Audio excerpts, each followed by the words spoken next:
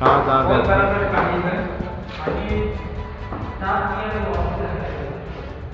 अब क्या कुछ किधर से आ रहा है? ये जो पानी किधर से आ रहा है उधर चलता है। इधर ही बढ़ रहा है मॉर्निंग से ही। तो पीडीएम के उधर से विलेज वो अंदर वो भरा था पानी, अंदर भरा था पानी। पानी भरा था अंदर ब्लैक बॉक्स में, उधर रूम में भरा था पानी। उधर रूम खाली है, नहीं आएगा, इधर ही है। कितने बजे शुरू किया पानी निकालने के लिए? अभी आता है रहता है। कहाँ से आ रहा है पानी? अंदर से?